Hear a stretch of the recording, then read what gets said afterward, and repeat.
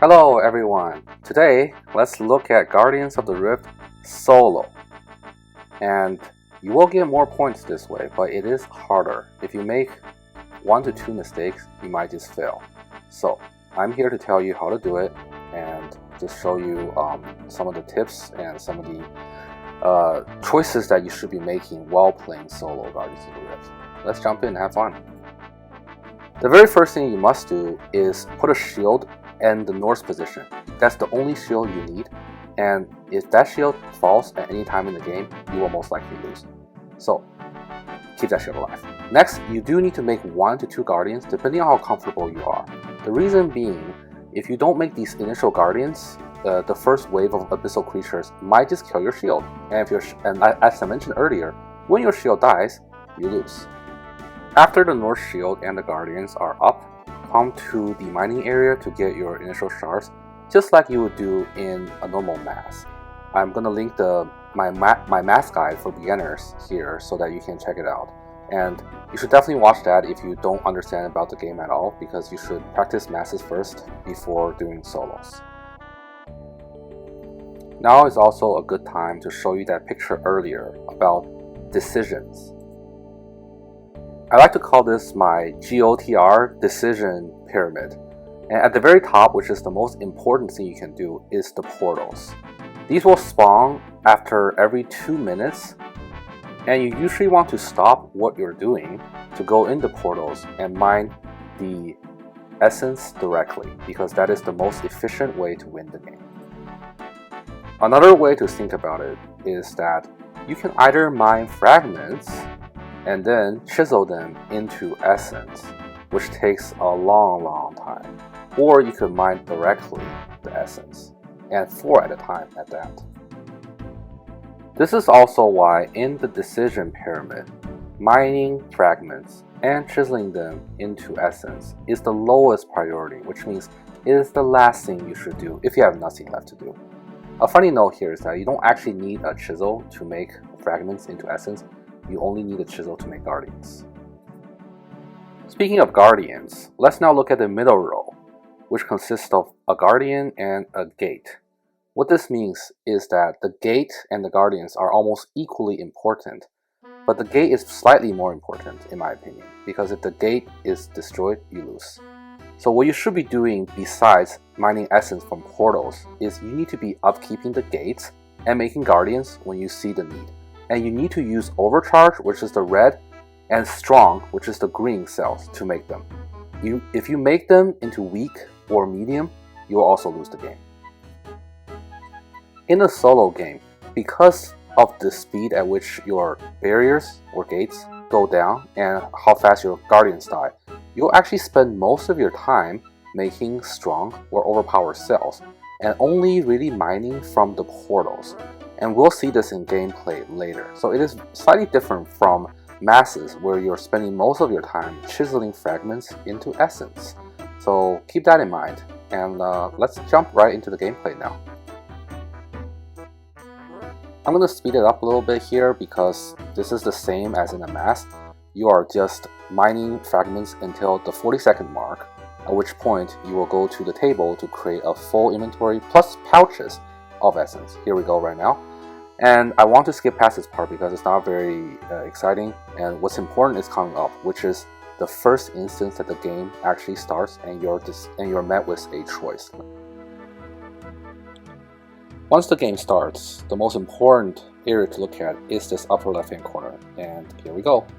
Let's see what we should do here. We see that the altars that are active is air and nature. Air we know is weak, while nature is strong. And we also see that we have 2 out of 2 other guardians because we created 2, so we can ignore that for now. What this means is we want a strong or overcharged cell, and there's already one present. It's nature. Let's go to nature and make some runes and some overcharged cells.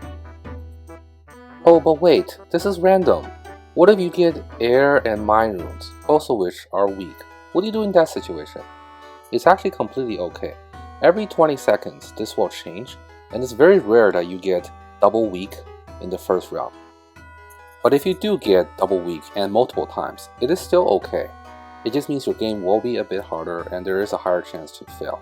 Just continue following the decision pyramid and you will do fine.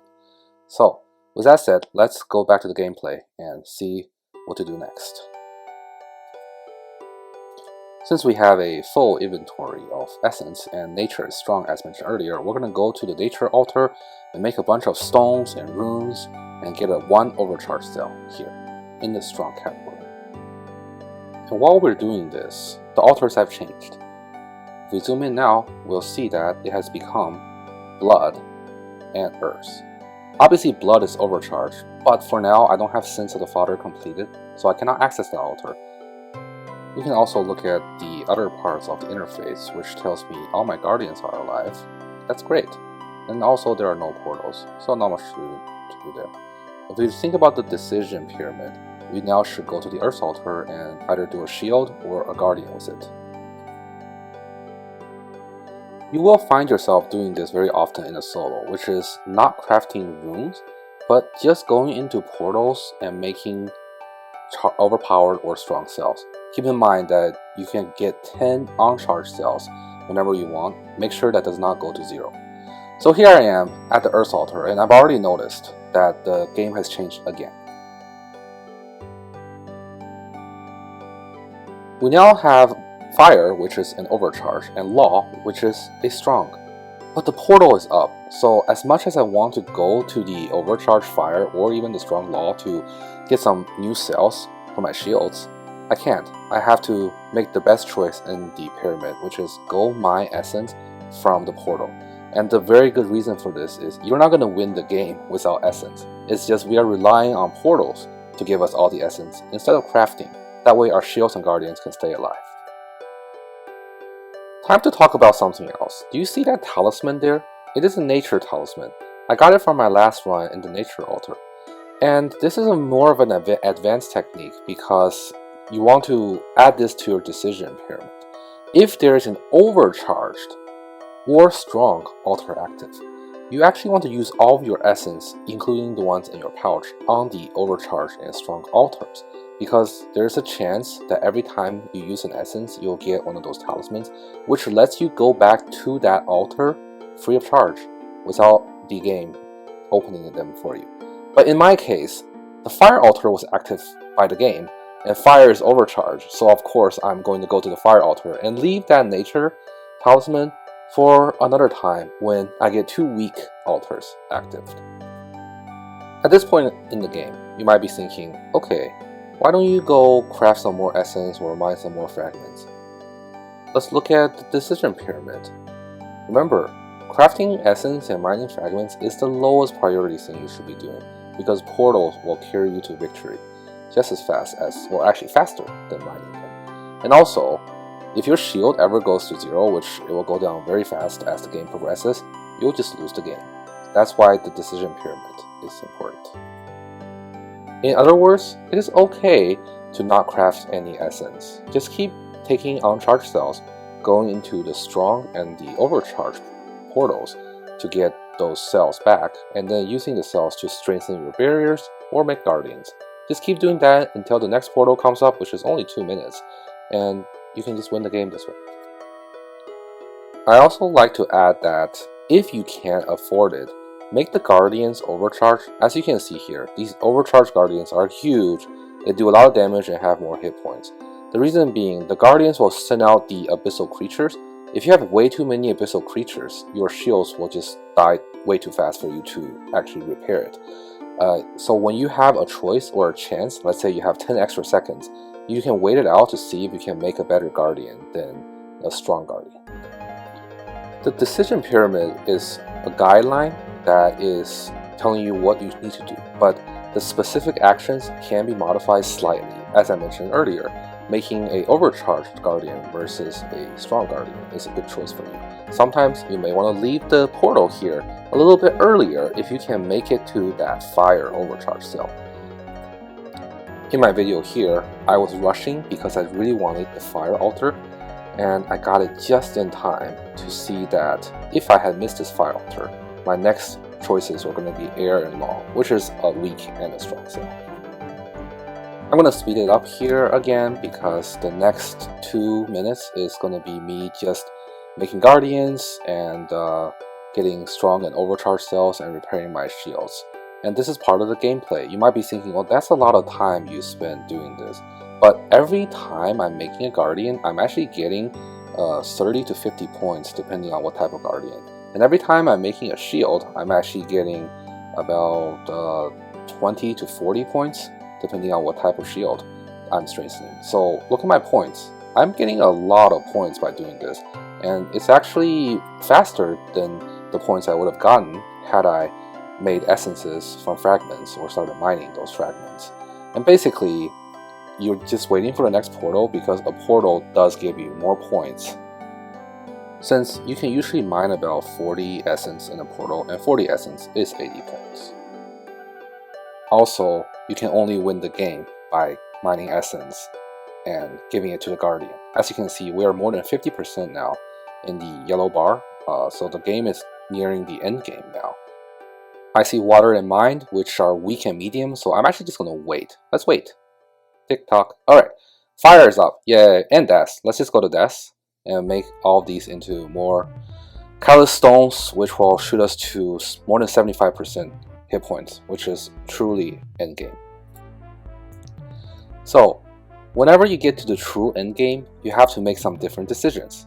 One of them being, how close are you to the game really ending? If you're at 90% already and you're gonna win really soon, then don't wait for a portal. Just craft, like what I'm doing now, all the essences from your fragments that you left over from all the way in the beginning of the game. And if you can craft your full inventory, you should be able to go from 90 to 100 and end the game and save yourself 2 minutes.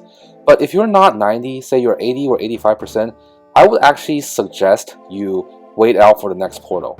The reason being, I have tried quite a few games where I try to rush 80 to 90% into 100%, and I've always almost failed every single time, because the Guardians end up chewing through my shields too fast, and I couldn't create enough Guardians fast enough. So, in my humble opinion, if you are really close, then you can do this. Otherwise, wait out for the next portal. You're not going to lose that many points, and you can actually use this time to maximize the number of points. Most games, I get the full 1200 points. That's the maximum number of points you can get in a game. I get 600 in Catalyst and 600 in Elemental. And sometimes I get even more. There have been games where I would have gotten 1500 points had it not been capped. Jagex must have capped the points for balance issues, because if you can solo and there's no point cap, you can actually stay forever.